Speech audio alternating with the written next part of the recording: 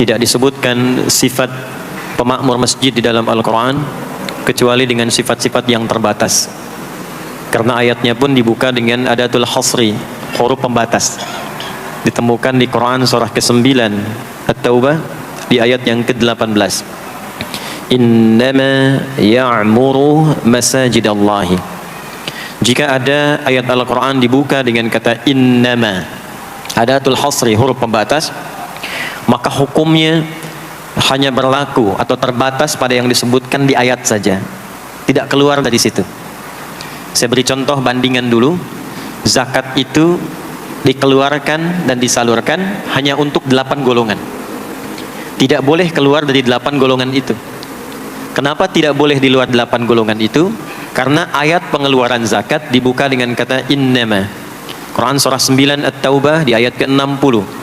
Innamas sadaqatu. Zakat itu hanya boleh dikeluarkan untuk golongan berikut. Jadi di luar golongan itu tidak menerima zakat.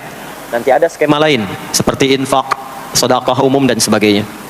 Ayat pemakmur masjid dibuka dengan kata innama, memberikan kesan bahwa tidak setiap orang memiliki satu kecenderungan, satu nikmat, satu keinginan untuk berkontribusi memakmurkan masjid. Di dalam bidang apapun, program atau tahapan apapun.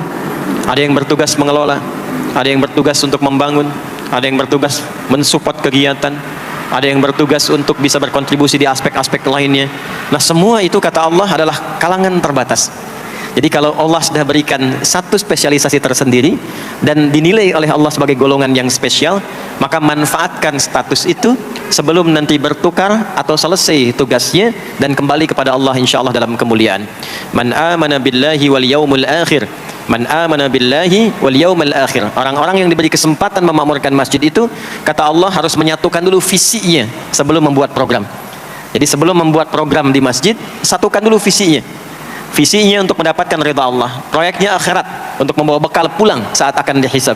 Jika semua kepentingannya lillah, semua karena Allah, maka apa yang kemudian Allah tunjukkan?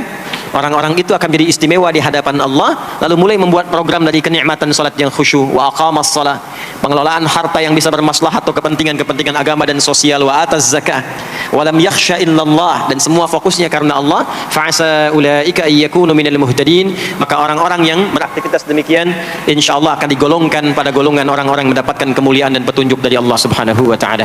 Semoga kita semua termasuk dari bagian ayat yang disebutkan tadi.